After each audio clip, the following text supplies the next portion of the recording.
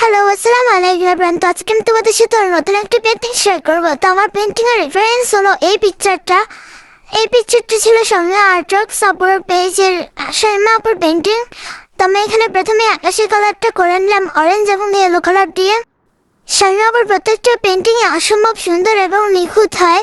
যদি আমি ওনার মতো পারবো না, তবুও একটু চেষ্টা করতে তো ক্ষতি নেই। তো আমি এখানে প্রথমে আকাশি কালারটা করে নিয়েছি। দেন আমি এখানে ব্ল্যাক এবং গ্রিনের সাথে একটু কালার মিশিয়ে তো তারপর আমি এখানে মাটি কালারটা করে নিচ্ছি। তো তোমার কালারগুলো দেখে বুঝতে পারছো আমি এখানে কি কি কালার অ্যাপ্লাই করছি। তো আমার এখানে মাটি কালারগুলো অ্যাপ্লাই করে শেষ। এখন আমি ঝোপঝাড়গুলোকে স্পষ্ট করে বসিয়ে দেবো, যাতে আমার ঝোপঝাড়গুলো আরেকটু সুন্দর করে বোঝানো যায়। এখানে আমার ঝোপঝাড়গুলো বোঝাতে আমি এখানে ইয়েলো এবং গ্রিন কালার মিশিয়ে একটা শেড তৈরি করে অ্যাপ্লাই করেছি। দেন আমি এখানে আমার ঝোপঝাড়গুলো আঁকা হয়ে গেছে। এখন আমি এখানে কাঠের বেড়াগুলো এঁকে নেবো। কাঠের বেড়াগুলো আঁকতে প্রথমে আমি এখানে যে কালারটা দিয়েছি সেটা হলো কি যেন নামটা ভুলে গেছি। তো এখানে তোমরা দেখতে পাচ্ছ কালার। সো আমি এখানে বাঁশের বেড়াগুলো আঁকা হয়ে গেছে। এখন আমি ঘাসগুলো এঁকে নেব। সিরিয়াসলি গাইস, আমার এই ঘাসগুলো আঁকতে ভীষণ ভালো লাগে।